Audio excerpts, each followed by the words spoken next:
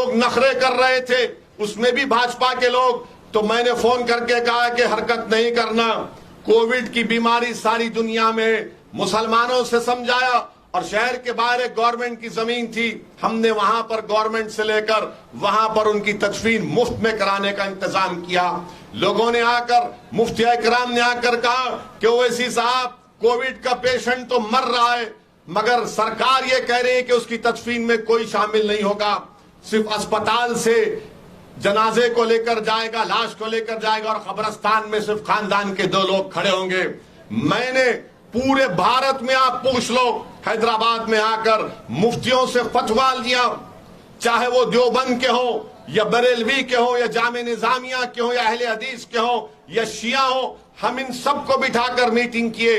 उन्होंने कहा कि हाँ, जिस कोविड के पेशेंट का इंतकाल अस्पताल में होता है तो आप अस्पताल में उसको गुस्ल इस तरह से दीजिए और एक कॉटन का कपड़ा उसके लपेट दीजिए, फिर उसको बैग में रख दीजिए और नमाज जनाजा कब्रिस्तान में 2 लोग या 3 लोग पढ़ लेंगे।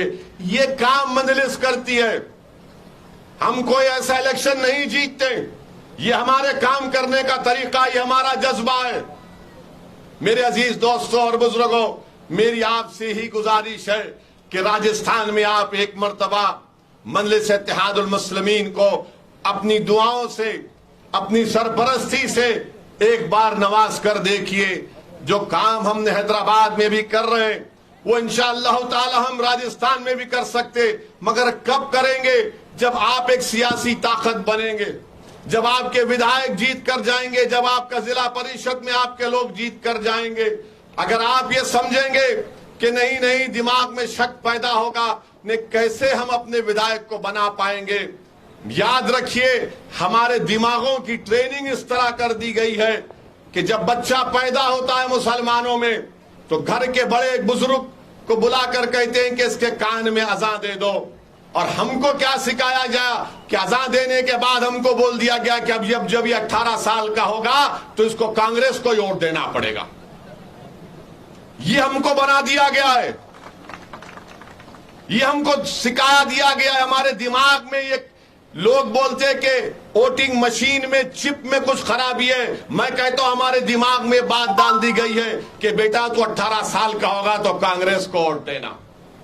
कांग्रेस को वोट पीढ़ी दर पीढ़ी दिए, नेहरू को दिए, शास्त्री को दिए, इंदिरा को दिए, राजीव को दिए, मनमोहन को दिए, कितनों को दिए, मगर आपको क्या मिला मुझे बताओ।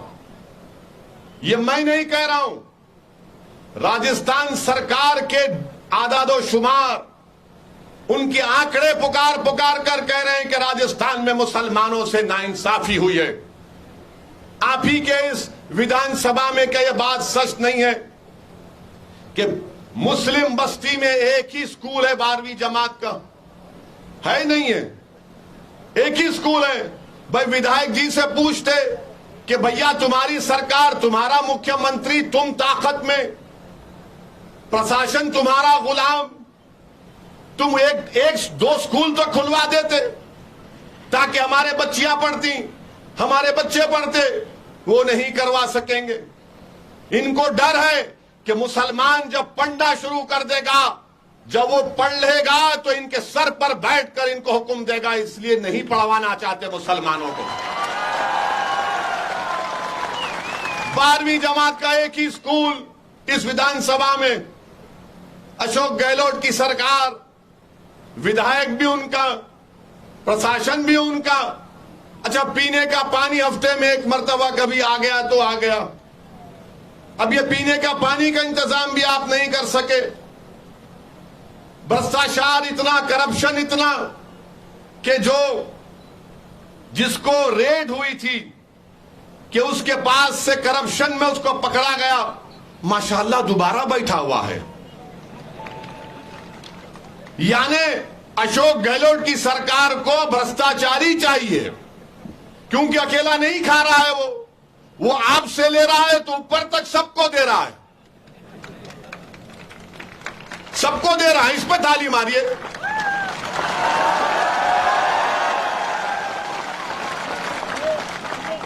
यानी गारत का गड़ा है, भरता ही नहीं है कि खाया जाए, लूटा जाए, खून चूसा जाए।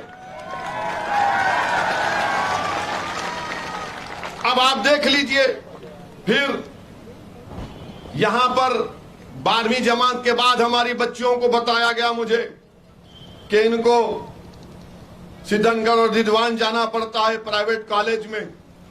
यहां खुलवा देते एक कॉलेज।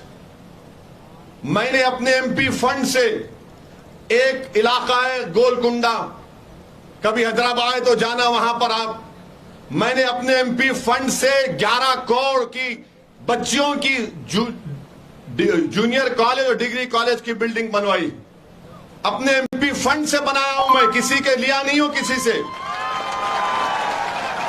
अब आकर देखिए, पीने के पानी की आप बात, आपको पानी नहीं मिलता। मेरे क्षेत्र में एक विधानसभा का नाम कारवान विधानसभा है। वहां पर मैंने 4 महीने पहले सरकार से लड़कर 290 करोड़ की सीवरेज लाइन डलाई। वो काम चल रहा है अभी 1 साल में वो मुकम्मल होगा। ये काम मंजलिस करवा रही है। 7 हमारे एमएलए हैं, कोई मंत्री नहीं है, कोई सरकार के साथ हमारा रिश्ता नहीं है।